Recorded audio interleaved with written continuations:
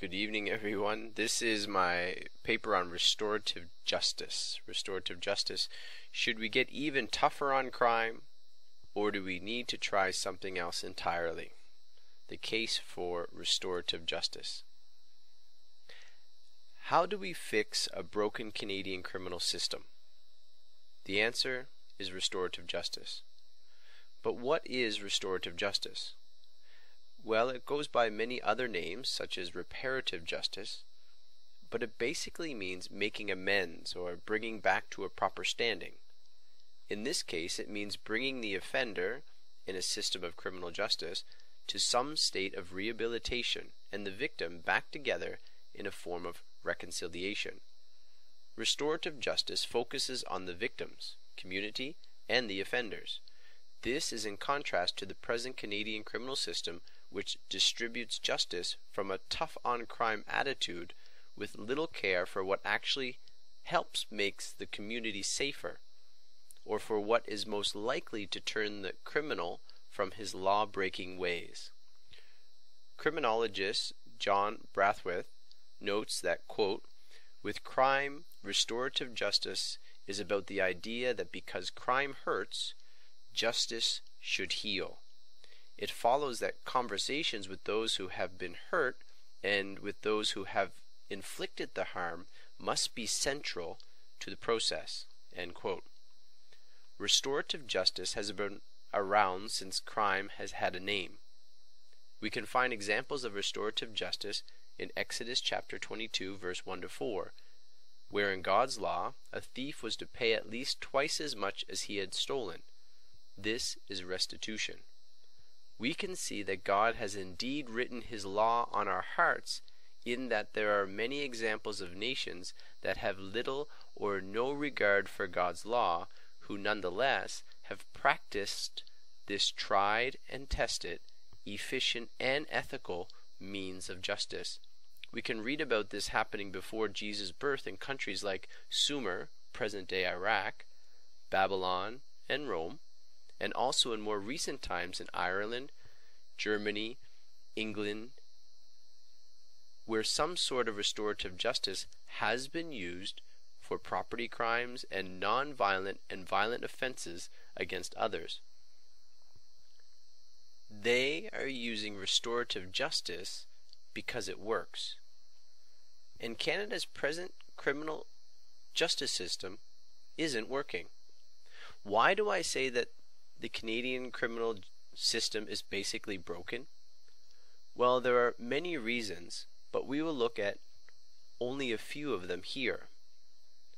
First, criminals, victims, and society and our resources are not being used as effectively as possible. There is no doubt that every system has waste, fraud, and abuse.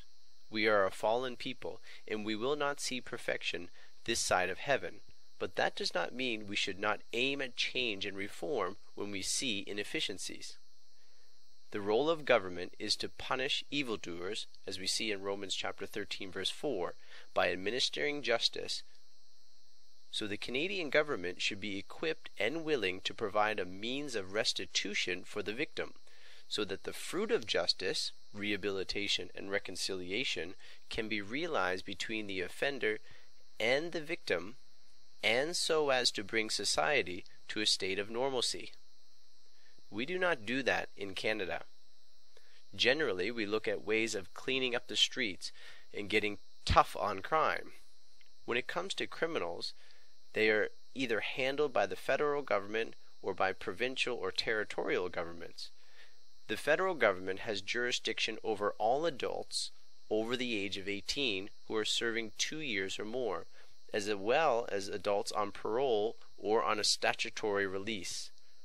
Provincial and territorial governments have jurisdiction over all adults over 18 years, under 18 years of age, over 18 years of age who are serving 2 years or less for a crime, and those persons that are remanded for trial, sentencing, and those on community sentences such as probation. Stats Canada shows in 2011 that the incarceration rate that is, those who are in either the federal, provincial, or territorial prison, has increased. Not to mention the remand rate, those waiting for trial or sentencing, has also increased, which means that the government needs more resources to pay for things like prisons, guards, administration, lawyers, and police officers. And apparently, what they have been doing has not been working, despite pumping billions into the system.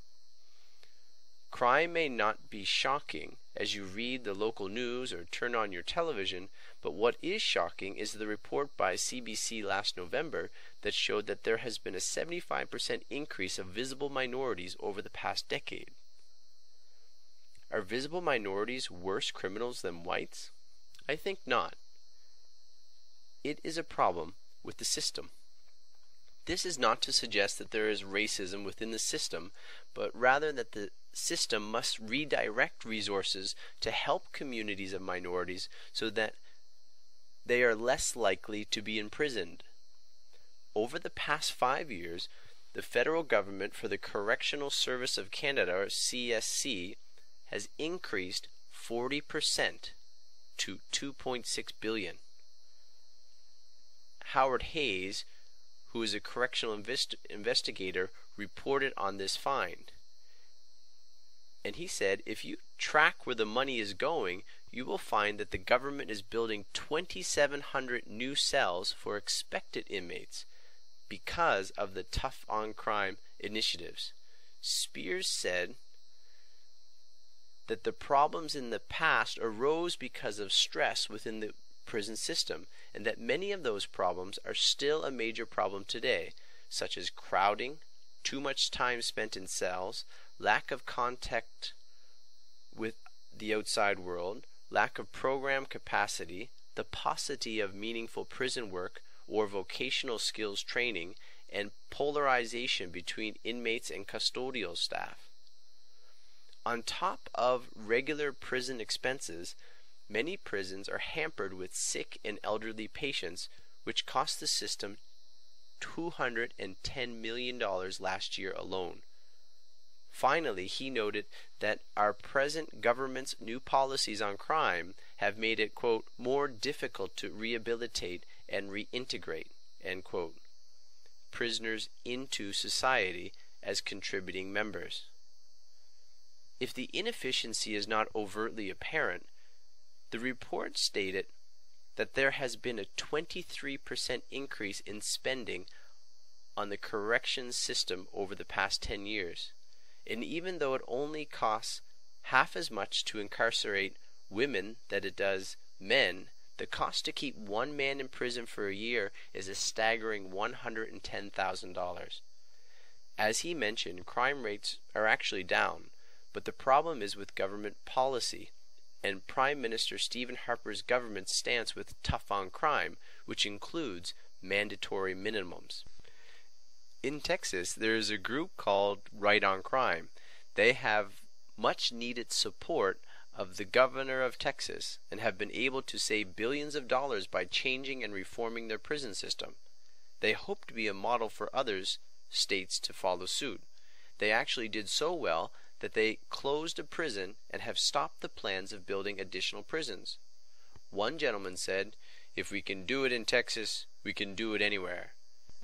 Their approach is not called restorative justice per se, but they have been looking at the ways they have been treating criminals and reprioritizing the needs of the victims, communities, and the offender.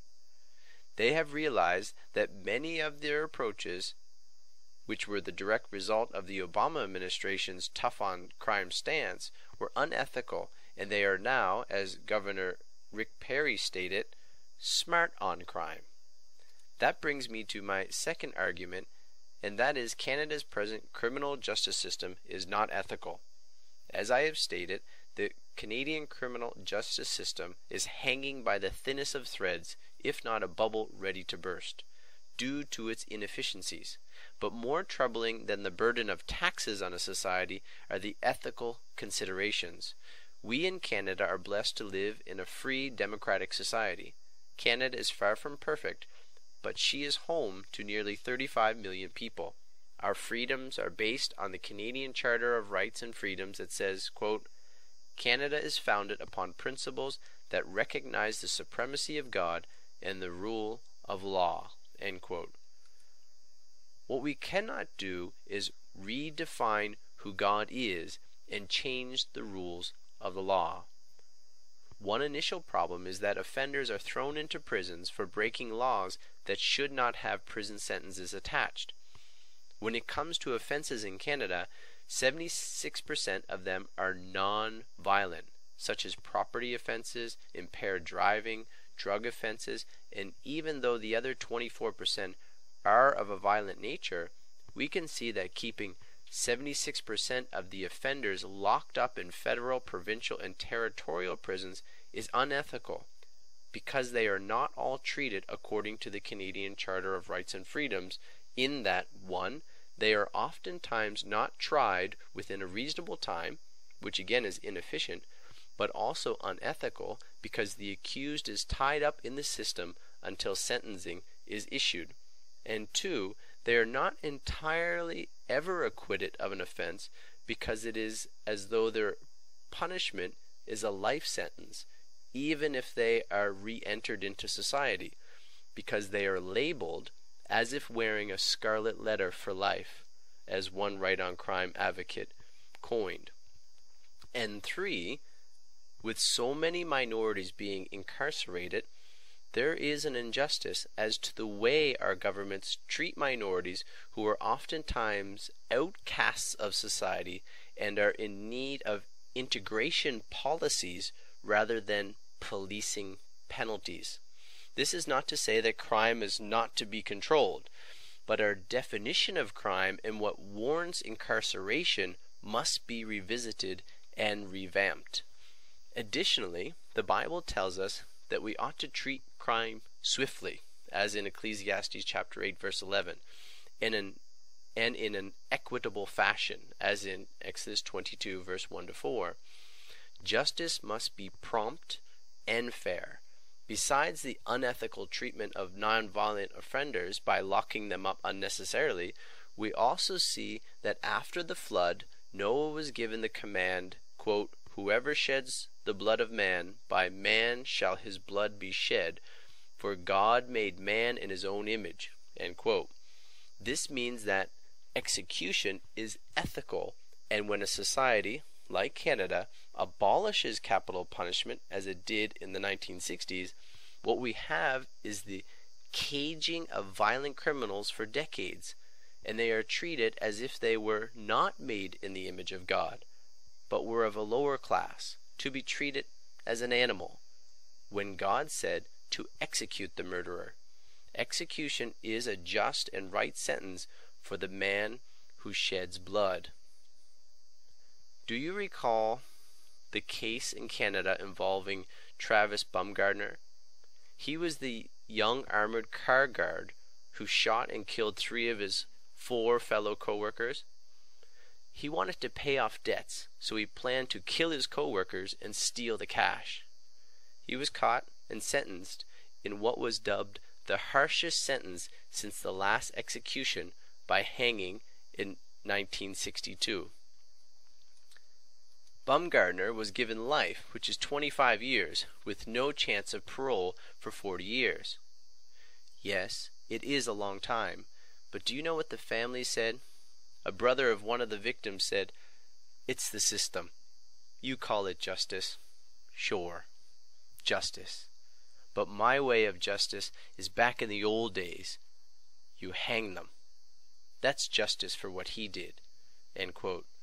Another victim's aunt said, quote, "I'm not sure that when you're going through this level of pain, if you can ever feel satisfied with the justice that is available. But I do believe they worked very hard for us, and I think that we're grateful, and I think that we've been honored today." End quote. Even though Canada's criminal system is broken, objections arise, but these objections are not based on the basic idea of restorative justice, but rather on the practicality and implementation. Advocates of the present criminal system suggest that restorative justice erodes legal rights, that restorative justice results in net widening. The restorative justice trivializes crime, particular men's violence against women. Restorative justice fails to restore victims and offenders. Restorative justice fails to effect real change and to prevent recidivism. Restorative justice results in discriminatory outcomes. Restorative justice extends police powers. Restorative justice leaves power imbalances untouched. Restorative justice leads to vigilantism. Restorative justice lacks legitimacy. And restorative justice fails to provide justice. Now, these are legitimate concerns, but again, restorative justice is a tried and tested, efficient and ethical means of criminal justice with the aim of rehabilitation and reconciliation through restitution. Ethically speaking, when people speak of rights and liberties, someone might say that we ought to lock them up and throw away the key because the law says so. But seeing that laws change, we cannot ride that horse to the finish line.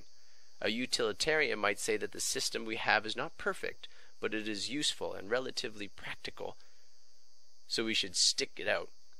But since I have shown that the present Canadian criminal system is not working properly, then all we are left with is beating that horse to death before it makes it back to the barn.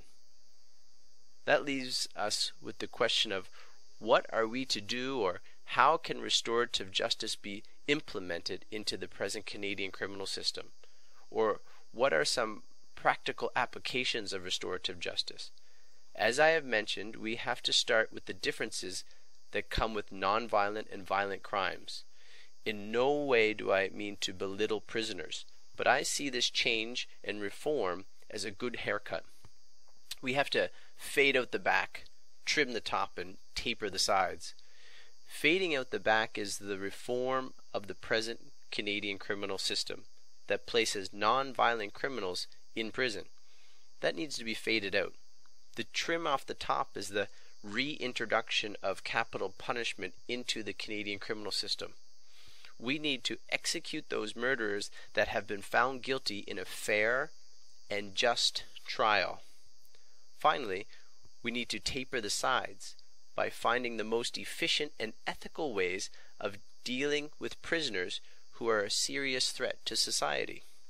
As it has been said, quote, "Prison is a place for people we are scared of, not for people who we are mad at." End quote. Throughout this process, restorative justice is the way in which lasting change will take place. This takes place within the prison as we provide focus groups, education, and other means that will provide the inmate with hope and tools necessary for the reintegration into society. Do you remember Bernard Kerik, the New York City Police Commissioner who served jail time?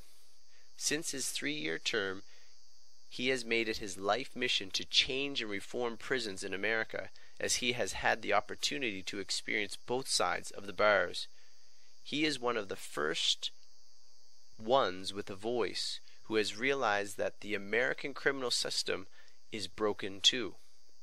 And he offers various suggestions that will help the victims, society, and the offender, which include home confinement, house arrest, probation, drug courts, boot camps, dismissal of convictions, school programs. And all of them will help the offender, which in turn will help the victim and the community, such as having the offender paying his taxes and having the offender taking care of his own family. In this essay, I have shown that the Canadian criminal justice system is broken, and in need of change and reform due to the inefficiency and unethical manner in which it is presently operating. From a Christian perspective, I have argued that victims, society, and criminals have a freedom, based on our own Charter of Rights and Freedoms, to a basic standard of living, and that although the government is in a powerful position to administer justice, they must always remember that it is God who is calling the shots. Nowadays, with budget cuts on key sectors in Canadian society, we as Canadians ought to pay attention and react to any inefficiencies and unethical practices, because if they do not affect us directly, in one way or another, the Canadian criminal justice system will have an impact in and on our lives. We can all partake in the direction of our criminal system, and we can all participate in some aspect of restorative justice. Remember, closure does not just end when the cell door closes, because that is just the beginning of a new life towards restitution, rehabilitation, and reconciliation. Ultimately, we must remember that when it comes to justice, God will have the final say on Judgment Day. Whether a criminal has slipped through the system or has paid his debt to society, the reality is that if your sin has not been paid in full by Jesus Christ, then no amount of time and punishment on earth will pay for God's eternal punishment. Be ye reconciled to God. Thank you very much.